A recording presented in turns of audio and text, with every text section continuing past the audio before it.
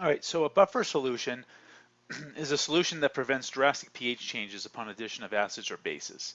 All right, they are composed of a weak acid and its conjugate base. Okay, and the concentrations of the two should be pretty much equal. So, for example, let's say I have a solution and it's a pH of, let's say, 4.5. If this is a non-buffer, it does not have a buffer in it. If I were to add a few drops of very concentrated, strong acid, the pH of this would immediately go down to 1.0 very quickly. Boom, down to 1.0. If I had a pH of 4.5 and I had a buffer, and I start adding a few drops of H+, strong H+, it will not change the pH. Okay?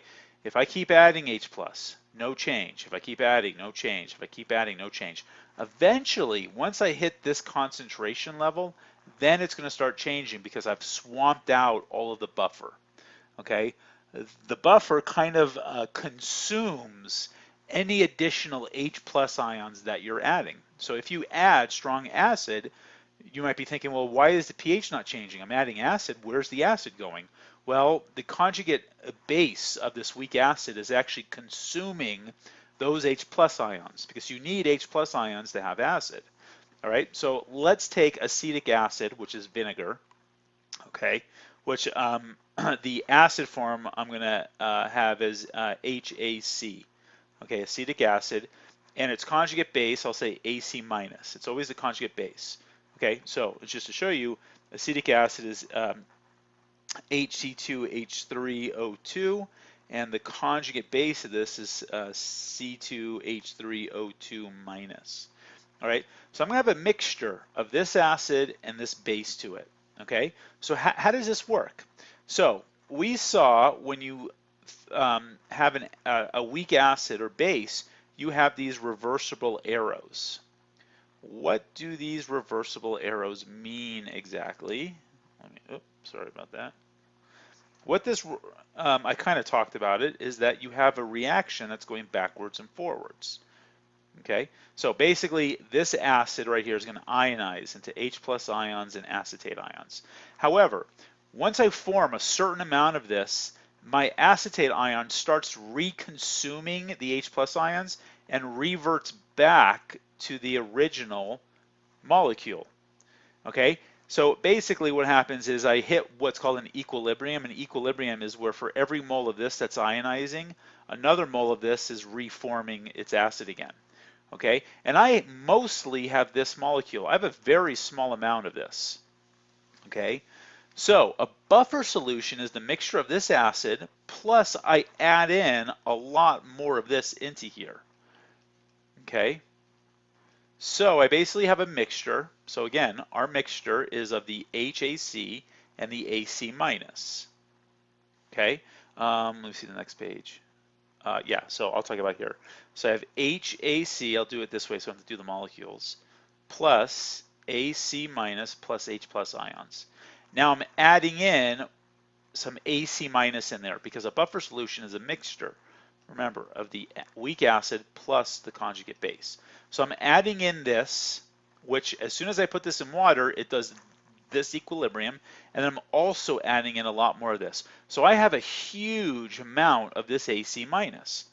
So if I start pouring in, let's say I have a beaker here now of H plus ion, and I start pouring that into here.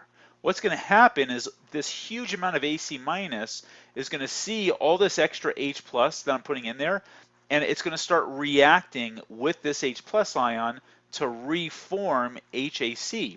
So this extra AC minus is going to start pulling away all of this H plus. Okay, so if I add a few drops at a time, all this AC minus is going to see that and pull it away and start reforming HAC. So I'm always staying with the same H plus ions. This is not changing. Okay, this amount of H plus ion is not changing. If I did not have the buffer and I added H plus, this would start increasing in concentration, therefore making my pH smaller or more acidic.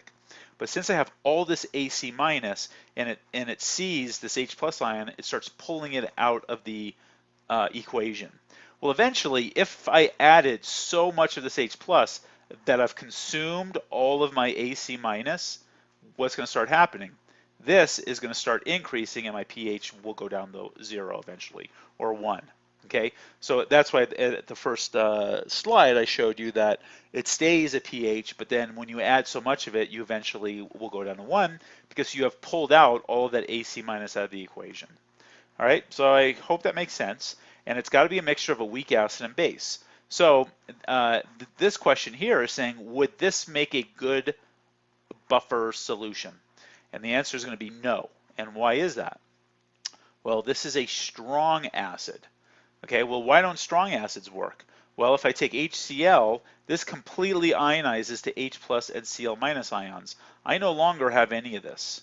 So if I were to start adding H plus ions here, like I did here, that Cl minus is not going to pull this H away and start forming HCl. This back arrow does not go. If I start adding H plus ions here, this just starts increasing. Okay, so strong acids and bases don't work because they do not form equilibriums, just the weak acids and bases. So NaF and KF, would that be a good mixture? The answer is no, because neither one of these is an acid. I have to have an acid.